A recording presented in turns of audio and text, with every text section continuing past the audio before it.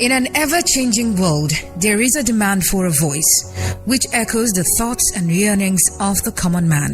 That voice comes with truth. It's a voice of justice, and ultimately, the voice upholds peace. The Voice is Building Bridges, your radio advocacy platform aimed at building trust and fostering peaceful coexistence among communities, ethnicities, and groups.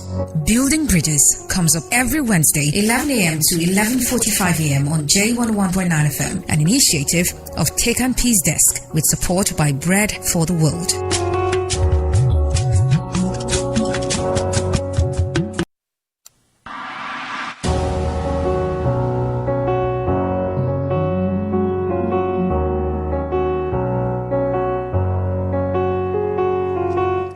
All right, good morning out there in the city of Jos. It's a delightful morning. It's the 10th day of the 11th month in the year 2021, and this is Building Bridges, a program that seeks to build bonds of love, unity, friendship between people, ethnicities, as well as groups. So on this program, whatever you are, wherever you are, whatever you do, this program is for you. This program seeks to bond you together. This program seeks to ensure that we have a working community. This program seeks to ensure that, yes, irrespective of our differences, we work together as one. It's Building Bridges. I'll be your advocate for the next 45 minutes. My name is Joseph Ojedeji. And on today's edition of Building Bridges, we shall be taking a look at topical issues that affect most communities here in Jos. But as topical as it is, we'll actually do the this particular edition, even in series. We'll be contextualizing local peace initiatives across communities in Jos. So within the next editions of the program, we will be visiting different communities, seeing how these communities have been able to address emerging issues that affect them. You know, what are those global best practices? What are those ideal practices that have been enacted in those communities to ensure that, yes, we have working communities? So we'll be looking at all these. On today's edition, we shall be contextualizing local peace initiatives in Gyel Bukuru as well as Tudun Wada communities in Jos. These are two peculiar communities in Jos. Now, peace is a collective effort of all community members. It begins with every individual, irrespective of your social, economic, religious, and tribal inclination. Peace begins with you, and peace starts with a single individual in the community. When everyone in the community decides that, yes, we want to live in peace, then we can have peace. When everyone in the community decides that, yes, we need development, then we have to work together for development. Now, peace can also be achieved by mutual understanding of community members anchored on justice for all. Now, there are drivers of peace in our communities that can be leveraged for this purpose. In communities, we have neighborliness, we have our culture, we have our tradition that ensure that, yes, you know, you check on each other, you're going out to greet this person, and then we work together as one, irrespective of who we have. But over time, these drivers become weakened by human activities such as antisocial vices, rumors, and fake news. You know, bringing in doubt into our midst, bringing in confusion, bringing in suspicion as well. Now, these activities are not without their consequences to stability of our communities. Key segments of the population are often at the center of this, which are the youths. And on today's edition of Building Bridges, we shall be discussing local peace initiatives in Gyel Bukuru and Tudun Wada as ignited by young people and youth groups, as well as community groups. Now, what are the drivers of peace in Tudun Wada and Gyel Bukuru? How can these drivers be enhanced for communal peace in these communities? What are the lessons for other communities? You know, what are those best practices that other communities can adapt from these two communities? How effective have they been over time? And are the emerging local peace issues generic or specific? can we apply solutions from Gyel Bukuru to problems in a Tudun Wada, or perhaps maybe can we apply a solution that has been applied in Tudun Wada and has worked to an identified problem in Gyel Bukuru, or perhaps maybe a Rikos community or a Yutan community, you know. So whatever you are, this program is for you. Listen up and ensure that you follow us and make comments or contribution through our feedback channels. Now, today's edition, we have two eminent personalities to do justice to this particular topic. From Tudun Wada, we have a stakeholder there, Mr. Godnose Moses Richard Egbita. Mr. Richard is the chairman, stakeholder chairman, Tudun Wada Youth Forum, as well as he's also an entrepreneur and an elder in Ekwa Gospel One Church. You're welcome, Mr. Richard. Thank you very much. Okay, and we'll take it right to Gyel Bukuru. From Gyel Bukuru, we have Mr. Job Manja. Mr. Job Manja is a youth activist, a musician, as well as a politician. Mr. Job, you're welcome. Thank you very much. Indeed, the program actually promises to be engaging, interesting, and value-added as always. And listener, you will recall that as we always do on this program, we have our public interest corner before we delve into the discussions proper, where we talk about issues that affect us as a people, burning issues. On this edition of Public Interest, we shall be taking a look at the purported fuel scarcity. Now, you will know that over time, you know, in the past few days, you know, the government have said, you know, yes, there is no price hike in fuel is available and all. But what we're seeing out there from different filling stations as well as different fuel dispensation points is that, you know, the fuel is not available as it is. And you have instances whereby people have actually said, yes, there are some filling stations that are creating artificial scarcity for this particular purpose and all. And then people actually engaging in panic buying. And then, you know, and these have various spiral effects on cost of commodities as well. I mean, we're talking about increasing cost of goods and services, you know, while the buying power, you know, remains the same. The buying power doesn't increase, but then you have the cost of goods and services increasing sporadically by the day. And last week, we also talked about the increasing cost of the LPG, that's the liquefied petroleum gas, which is otherwise known as the cooking gas as well. So all these actually affecting us as a people.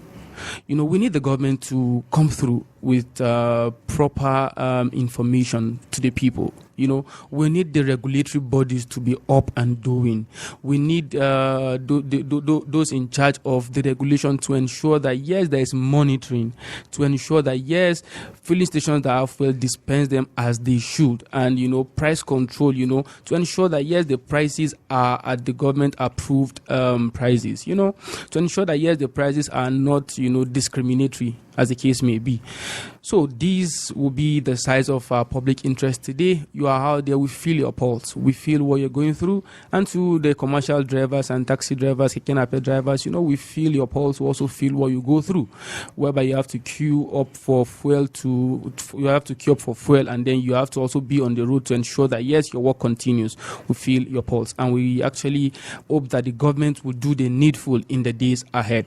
When the Ember month, the fuel scarcity must not always come during the Ember month. You know, we have increased human activities within this period, so let's ensure that, yes, we don't create unnecessary panic as well, panic buying, you know, of this essential commodity. So that will be the size of our public interest today. Okay, before we continue on this program, we'll take a little message from our sponsors as we delve into the discussion after the break. Please stay with us.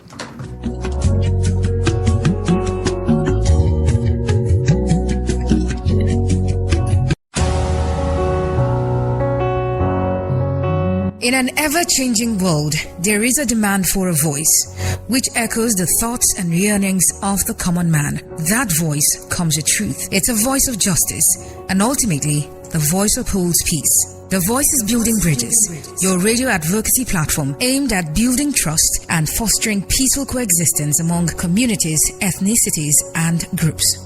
Building Bridges comes up every Wednesday, 11 a.m. to 11:45 a.m. on J101.9 FM, an initiative of Take and Peace Desk with support by Bread for the World.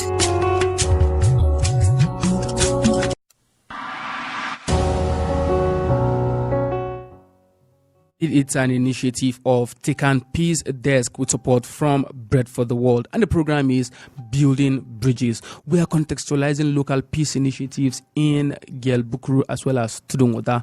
We have two eminent personalities with us doing justice to that. I mean, Mr. Godnose Richard from Tudun Wada as well as Mr. Job Manja from Gyel Bukuru. I mean, let's take a drive to Tudun Wada. Mr. Richard, how was Tudun Wada this morning? Tudun Wada is good. And we are fine. And you can see as I'm looking good, virtually everybody in Tudun Wada is looking good. Absolutely. I want to also express my sincere gratitude to the people of Tudun Wada for remaining peaceful and for remaining coordinated as regards to this hard time we find ourselves. Tudun Wada generally is good because this morning when I wake up, I have to move from my area, from Angwan Church to Angwan Miango, from Angwan Miango to Angwan Border, from Border to Park to see things by myself before coming back home. And here I am today. And indeed, you are here to give us perspectives on what you saw. Yes. Okay, let's take a drive to Gyel Bukuru. Mr. Joe Manja. Yeah. How was Gyel Bukuru this morning? Excellent. Gyel Bukuru is fine. You know, people are getting united by the day.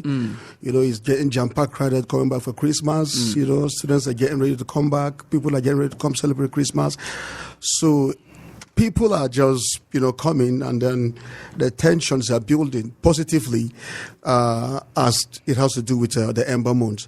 So we're cool, we're calm, and I so appreciate the people for, you know, the peaceful coexistence in recent times. Okay, the peaceful coexistence in recent times, and this program is all about building bridges and then building bonds of love in our communities. It's all about peace. Let's go over to Tudun Wada. I mean, you actually made mention of the fact that you took a walk around Tudun Wada this morning, you know, to see things for yourself before even coming to the studio.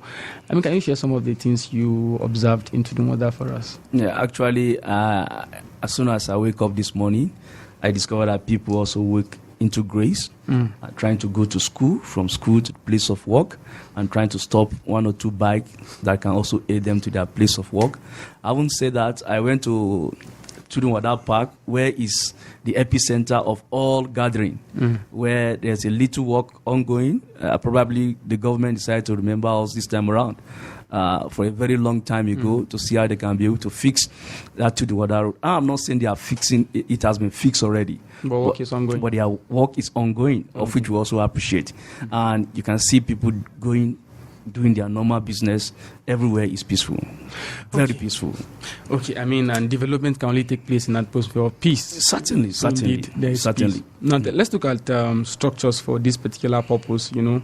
What are the existing structures for peace in Tudun Wada? Yeah, the existing structure is this. In the youth wing, we have 3 arms.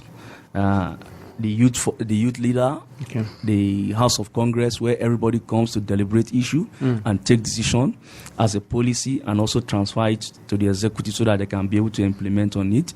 And we also have the stakeholders forum. They serve as the advisory body. They overrule all policy that is coming on board, so that there can be a checks and balance as regards to the issue that is coming on board. I won't say that. We have the Community Development Association, which is also under the leadership of Mr. Fidelis Ungwan. This development association has to do with developmental issue. They are the mother of all organizations within Tudun Wada. And if there's anything that goes wrong, these are the people that will certainly comes in and also try as much as possible to bring in 1 or 2 normalcy. I won't say that. We have 38 units within Tudun Wada, 38 Angwa. Before I start, I've mentioned 1 or 2 Angwa, of which I can go on and on to mention them. But this particular Angwa also have their community chairman, and they have their youth leaders, and at the same time, but there is a central leadership that coordinates all the activities within Tudun Wada.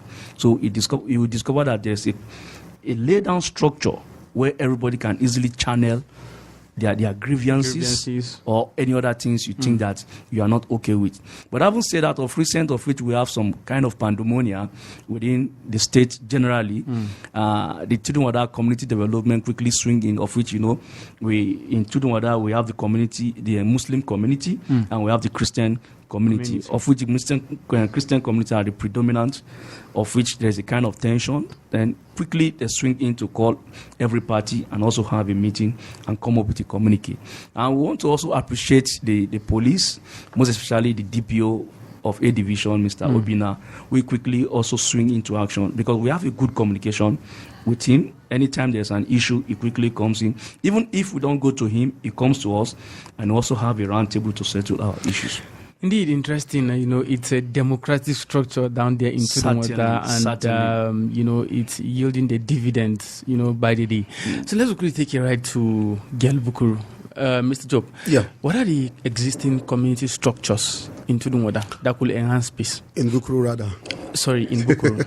Yes. Well, basically, just like he said, we have the community development, which is the body that take responsibility, in enhancing the community as far as peace, development, synergy is concerned. And that same body is like a bridge between the traditional leadership and then the people down in the Gyel Bukuru community. The same development body have the responsibility, and most times are the ones who try to, lobby from the government, speak to the government on behalf of the people of Gyel Bukuru, because they have the total know-how of the infrastructural development of Bukuru Gyel community. So they harness with the government and then the people, and then table the plea of our people to the government at the same time. We have the youth leadership that has to do with check and balances of things that happen between the youth and the community. They have their able leadership as well, and at the same time, that same youth body is responsible for peace among young people, for trying as much as they can to bring sanity among young people, tranquility among young people, to make sure that they deal with issues of drugs, if at all there are, which of course I think they're always also in every community, drugs abuse, substance abuse, marijuana, a lot of these things, and then thuggery around the community. This youth leadership have been very, very sporadic in acting when it comes to this kind of vices. And then we also have the security body that have to do with the vigilante body. Those ones are responsible for the security of lives and property, especially at night towards morning. So by and large, the Gyel Bukuru community, we also know, has become a commercial center. The Bukuru Central Market is big and large. You know what I'm saying? And all the time, commercial activities are taking place in that place. And then we also have a market in Gyel community, which was formed, I think, around 2010, and is still an existing market. So the vigilante group, and one of the things that makes me, give me so much joy and happiness, what I've seen over time is the vigilante group comprises of the Christians and the Muslims. Interesting. Yeah. Interesting. So they always come around. We see them come to Gyel for meeting. They go to Bukuru for meetings. And we have this issue. My phone was stolen at some point. And then the guy that took the phone went to sell in Bukuru market. And then suddenly the guy that picked up the phone and wanted to buy, he owned the phone, and then he saw my picture. So when he saw my picture, he now arrested the guy and called the vigilante to put the guy in the guard room. And then they now have to come and look for me to come and pick my phone. And then the vigilante now handed over the guy who stole the phone back to the Gyel, not to Gyel, the division of the vigilante group. They said that is the case, go deal with it. So far, so good. These have been very interesting. The working relationship have been very, very perfect. I mean, that's very, very interesting there, having to recover your phone, seamlessly because of your working community network. And again, let me just add to what you just said about the issue of vigilante. Within Tudun Wada, we have the vigilante, we have the community police, we have different outfits of security, but they also work together in order to see that Tudun Wada is peaceful. But having said that, it's not that there is no challenge. There are challenges. And what are these challenges? Sometimes is the issue of leadership, who actually want to get control of the activities. But sometimes, if these are not properly managed, it can as well degenerate, because you discover that everybody has followers. And it is what you preach to your followers, they will also pick as an aspect of doing things. Absolutely. Just like Joe Manja, when I met him or when I hear his music once time, he said, practice what you preach. Yes, practice what you preach. But sometimes most of these leaders does not actually practice what they preach. But for us to select leaders, we must also be very, very careful, which is another means of getting peace. Interesting. We have to be careful in selecting leaders for our community development associations. Let's look at the community development association. We look at it vis-a-vis the two communities here. Now, how have the community development association in Tudun Wada been able to harmonize the community? Talking about the indigenous people as well as the host community, as well, or residents, as the case may be. How have the community development association been able to say, yes, although you are not indigenous, but yes, no problem, we're able to incorporate you into the affairs of this community to give you a sense of belonging, a sense of ownership in this community? Thank you very much. For everybody that knows Tudun Wada is a mini Nigeria. Mini Nigeria in the sense that there's no any tribe of Nigeria, even outside the Nigeria, that you will not find in Tudun Wada. So it means that it's a metropolitan community of which everybody comes, and in as much we know that there are people who owns the land, but gradually if development comes in, you begin to see different people and population continue to grow. But at that particular point in time, nobody is trying as much as possible to hold onto the issue of indigenous or non-indigenous. Most importantly, all what we need to do is to come together to see how to better that community.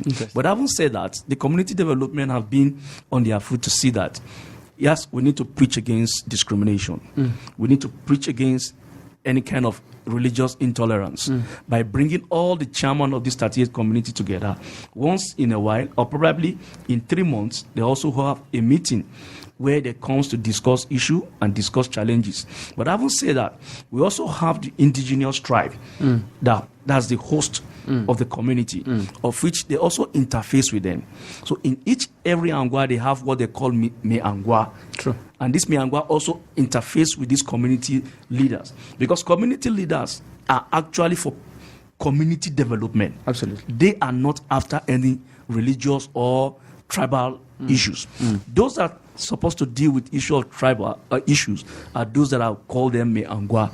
So now, for us not to have issue, we decided to separate ourselves from traditional issue, from community issues, and that's why we have constitution that guide everybody's conduct. And I think this is how far they're able to go, and actually it's working for them. Interesting. So let's look at, let's take it right to Gyel Bukuru as well. How have the Community Development Association been able to incorporate, other people who might not be indigenous to these communities to ensure that, yes, you give them the sense of belonging, and ensure that, yes, you're a member of this community. You need to work for the growth, progress, and development of this community. Yeah, geographically, if you take a walk to Bukuru alone, you notice that there are Muslims there, there are Christians there. So far, so good. I've not seen any other religion apart from the two. And then there are different tribes. It might not be pronounced. Sorry? Other religion might not be pronounced. Yeah, sure. And I'm coming back to Gyel. Gyel had a lot of people that settled there, languages, tribes, different practices, cultures, and then beliefs. But one most important thing is we have one followership. We have laid down rules, we have regulations that so long as you live there, you abide by them. You know what I'm saying? So so far so good. We have had meetings, community meetings, sittings. We have had intertribal games that were played amongst us. We have had picnics that have to do with youth. In fact, 1st October this year, I was sitting down and I said to myself, if we leave these young people just like that, you know what the Ember Month comes with? True. It comes with a lot of probably activities, some good, some bad. Absolutely. And I decided to say, okay, let me put something in place.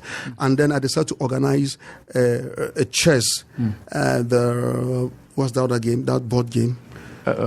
Draft. No, not draft. The one with spellings, Chess. apart from chess, Scrabble, and that's the one I played, chess and Scrabble competition. And then we brought the young people. I did a flex, we did a flex banner. We get some satin green and white yards. We tie them around the streets, and then we have a designated area which we will be doing the event, and just like play. A lot of young men came that day, and then we're playing chess and then playing Scrabble, and then some said I will come be left behind. Some brought Lido, they were playing. Some brought draft, some brought cards. The more the merrier. Yeah, So at the end of the day, they now asked me. They said, "Why can't we continue this?"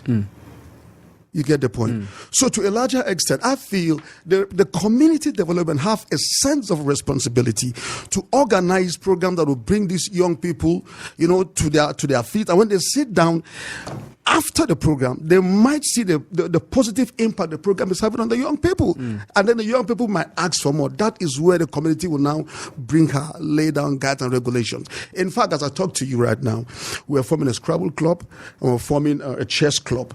And then we're bringing professionals. So by and large, we've had a lot of activities that have united us together as a people, as a settlement, and then as a community. Interesting. Let's quickly drive our conversation. We'll be opening our phone line soon. But again, let's quickly look at the social vices aspect. Over time, there's been cases of cultism, cases of drug abuse, and that has increased the rate of crimes in particularly these two communities. How have Tudun Wada community been able to deal with this issue? Let me just say these are traditional crimes that have been in place for a very long time ago, and whether we like it or not, we are still living with them. But at this moment, Tudun Wada has been able to do one or two things to see that we bring it to the barest minimum. I haven't said that. We collaborate with the police, and we also have security agencies within our mix, of which we call them the DSS or SSS, of which you cannot even understand probably where these people are coming from. So we also have our own local intelligence who also give information, and as soon as we give information, they quickly swing into action, and this has been helping. I haven't said that. We also organize seminar and symposium once in a while to also sensitize and to educate our youth as regards to the danger of drugs, as regards to the danger of cultism. For I, in person, I do go to jungle. Why did I need to go to jungle? I go to jungle to also play with them, but to also preach to them. I mean, for the benefit of listeners who might not know this terminology, you might likely break that down. When we say jungle, this is a different world that is known to people who are not actually, let me say, the deviants within the community. They have the place where they are and do their things the way they want it to be done. But we go there to also sensitize them and to educate them. And to also tell them that the danger of what you are doing is very, very endemic to the community. And you can also be a better person in the near future time to come. But having said that, we have tried as much as possible to see that we engage our youth. Just like the Community Development Association, try as much as possible to collaborate with NGOs in order to come to the community and also see how they can empower our youth so that they will not be idle. Because the more you leave them idle, the more the problems pile up. Absolutely. Let's take a drive to Gyel Bukuru. Okay. In 2014, something spectacular happened. I just contested that time as the councillor representing Gyel Award. And then, God's willing, I won. We just went into office. But tracing back, something happened during my campaigns.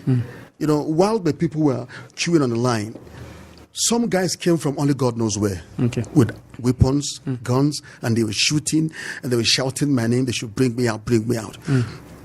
I thank women for helping me to escape that day. So we thought these old things are over. Only to realize that it was a group that have started long ago. A group of young guys who, at that point were thugs. At that point, have their own separate jungle. You know what I'm saying? And it comprises of youths from Gyel Bukuru, comprises of Christians and Muslims. In fact, we were in the office one time when the Muslim Ummah paid a visit to the chairman, the then chairman of Josad local government, begging him to swing into action to help them with their youth, because they also at that point in Bukuru have no-go areas, just like we have in Gyel at that time. So there is no division in among these people. This is very surprising. When it comes to that, there's no division, there's no discrimination. But they were a united force, and the leader was a Christian. The person who followed him was a Muslim. Interesting. You get the point. But what happened at that point? There was a complete turnaround from Christians and Muslim leaders. There were meetings held from one place to another. There were security meetings from here and there.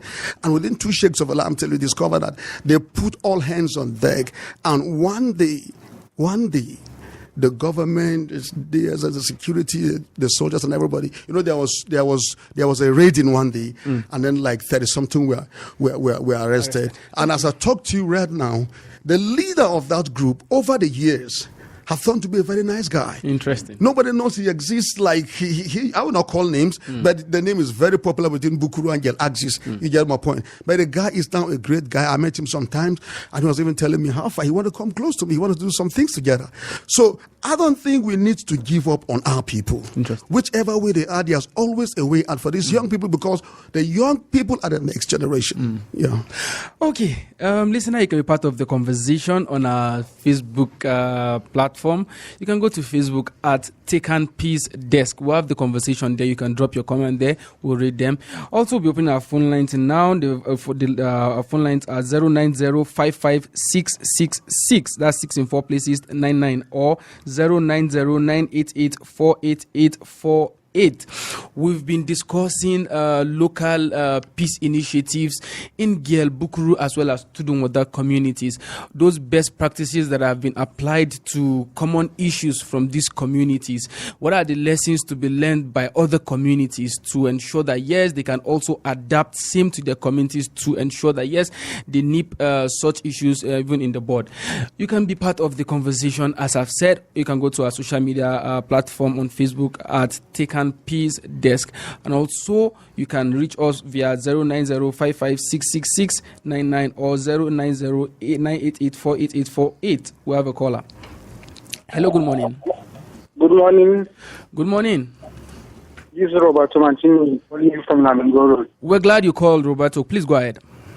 Yes, honestly, it's a very nice work that your guests are doing in the studio. They are educating us, telling us how to go about our community, how to ensure that our community is safe. It's a very big one from JFM as well.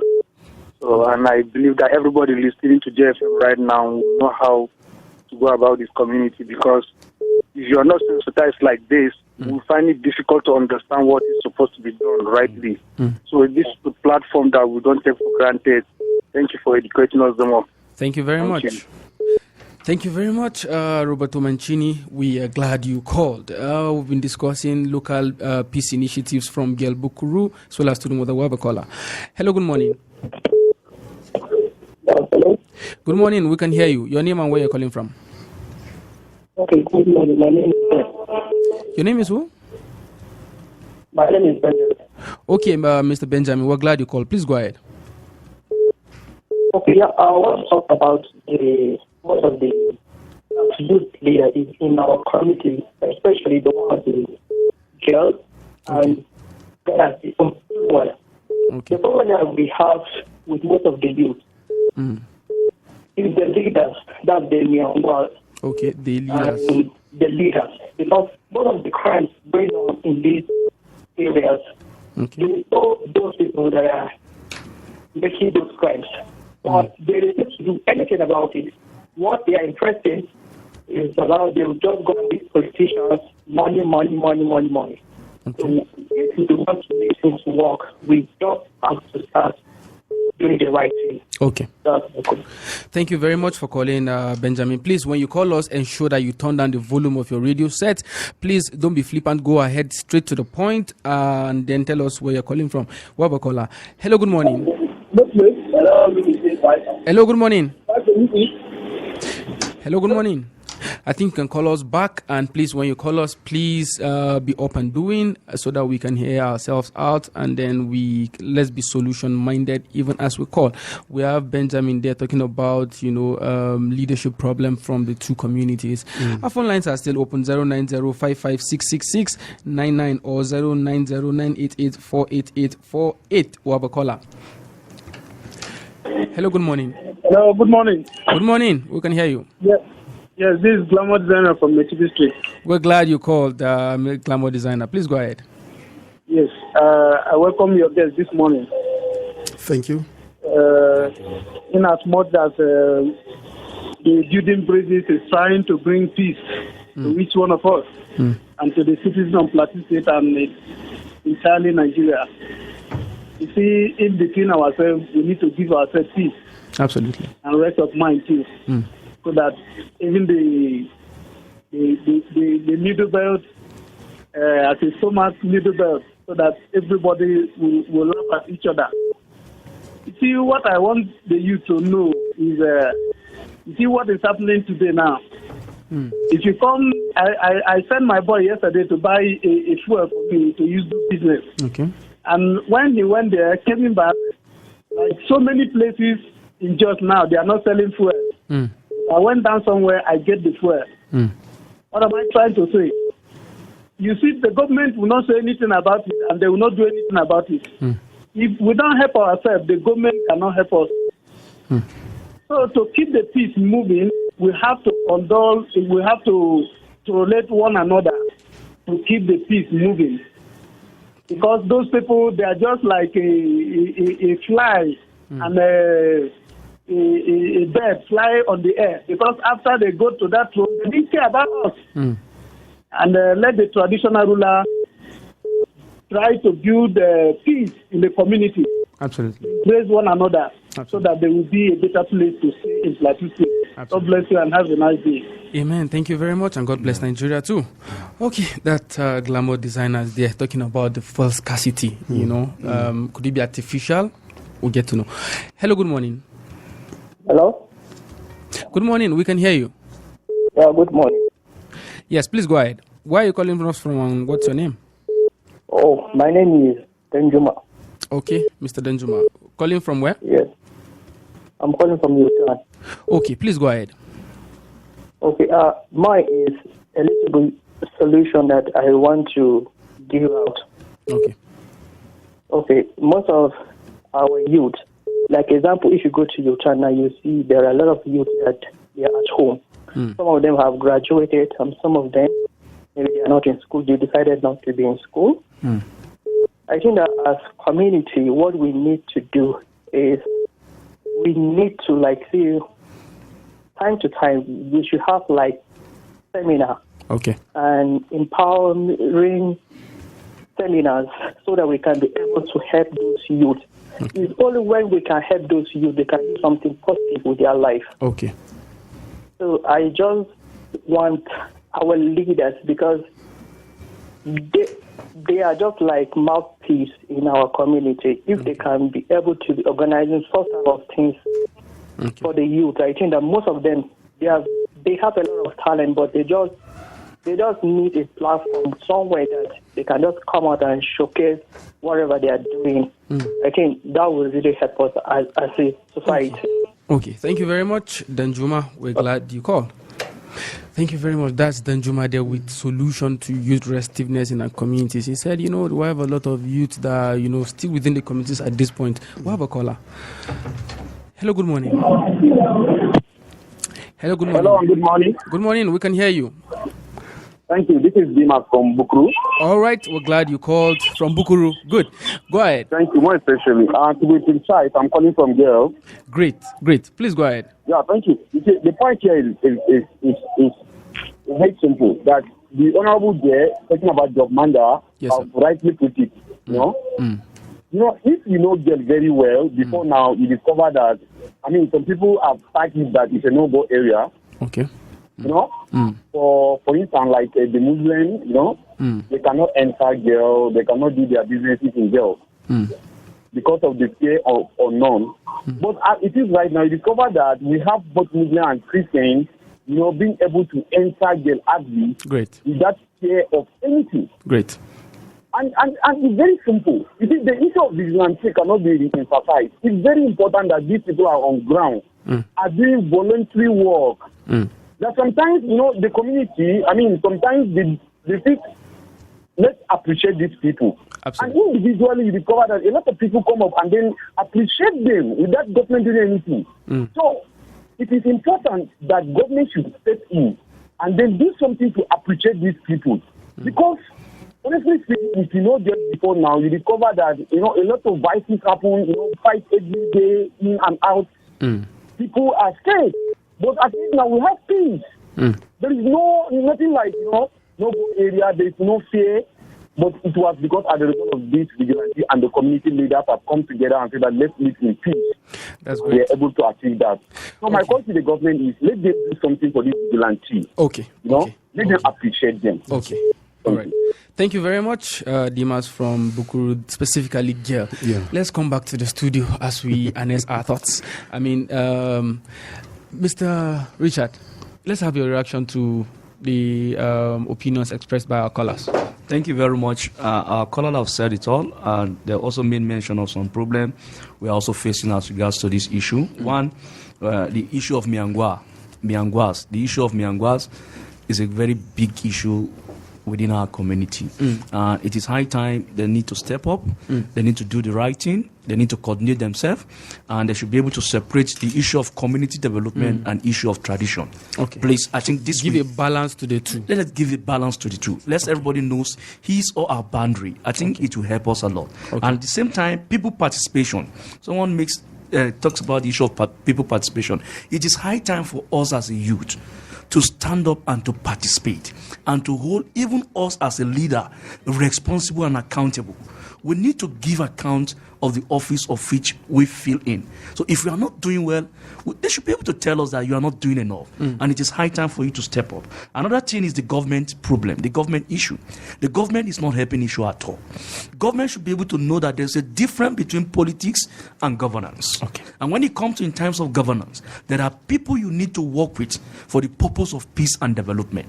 You don't bring political issues into community development issue. Okay. These are two different things. The government should help us, and they should step up. So, lastly, the issue of graduate, that they just graduate, there's no job.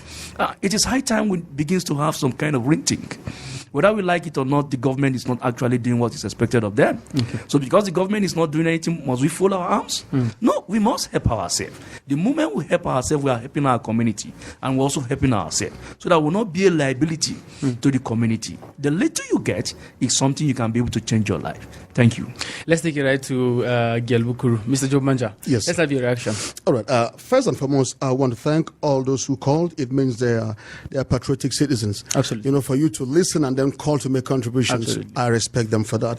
One of the things I want to say is we don't have much youth who are eager to understand what is happening within their jurisdictions and their terrains. Okay. You discover that you wake up in the morning, all you know is you just want to move, you want to move. You don't even know who is your traditional leader. You don't even know your ward head. You don't even know the bodies you have, that regulate things in the community. You don't know those ones. I think it's very important and key that you know who are your leaders in your community. So community participation. Participation. Okay. And secondly, somebody talk about, he said about graduates. Here I said it all. The government is not creating any platform for graduates to go back and work, to give them places. If there are, let's see, we've not seen in recent times. And be it as it may, you must not graduate from school and expect to wait for work for over 10 years. What are you doing? Absolutely. There are a lot of things to be done. You know what I'm saying? You cannot always get from school. If option A is not open, look for option B. So I want to implore our young people, our graduates, find something to do. There are businesses out there. You may never understand how business is important until you venture. I said this. Now I'm talking about someone who said, some of the leaders are the problems we have in the community is very true. It's apt. I believed him. In heaven there was a Lucifer. Sure. In the disciples, there was a Judas. So these people are everywhere. They're in our government, they're in our segment, both private and public, they're everywhere. But what I want to say is, since the people that came into leadership came by virtue of Congress, absolutely, by the will of the people, if you discover there's an ill-mannered leader, you uproot him. You call his attention. You have community meetings, you have town hall meetings, you have open meetings you do for people to come and ask questions. Let them say, we don't believe in that one. And let me say this further. That is very unfortunate that when people mandate leadership on you and then you twist it to negativity.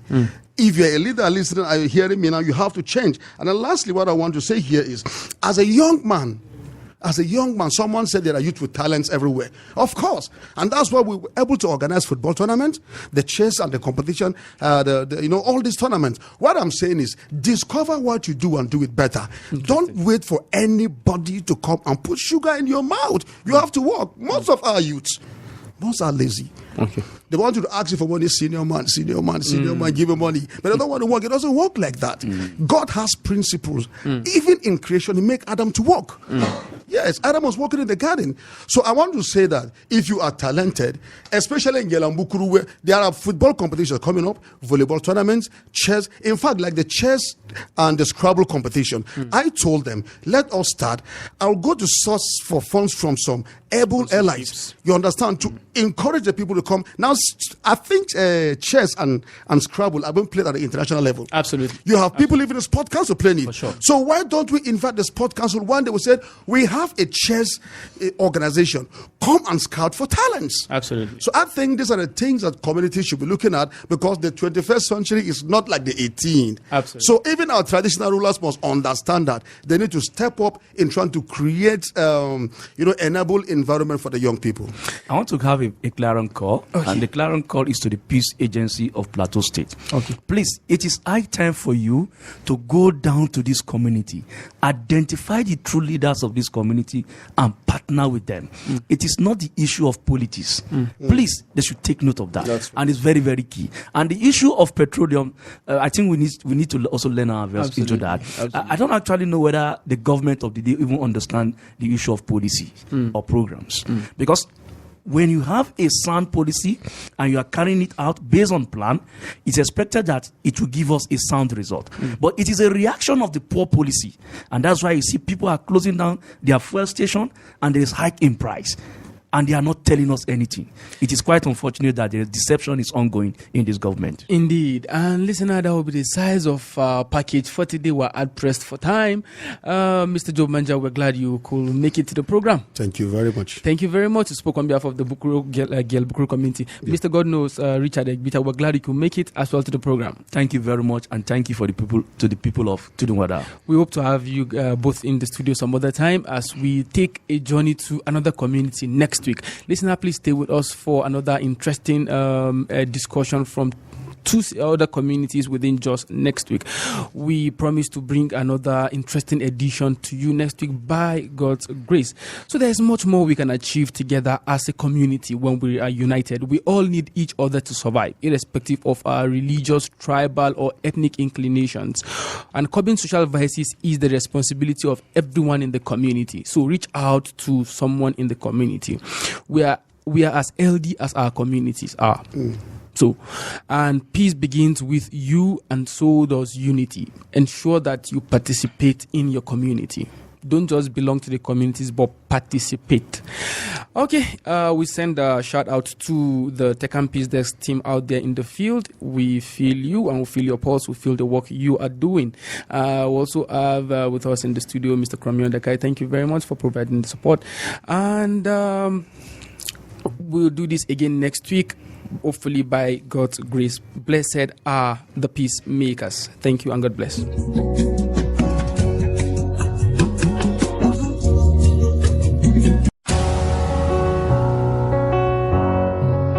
In an ever-changing world, there is a demand for a voice, which echoes the thoughts and yearnings of the common man. That voice comes with truth. It's a voice of justice, and ultimately, the voice upholds peace. The Voice is Building Bridges, your radio advocacy platform aimed at building trust and fostering peaceful coexistence among communities, ethnicities, and groups.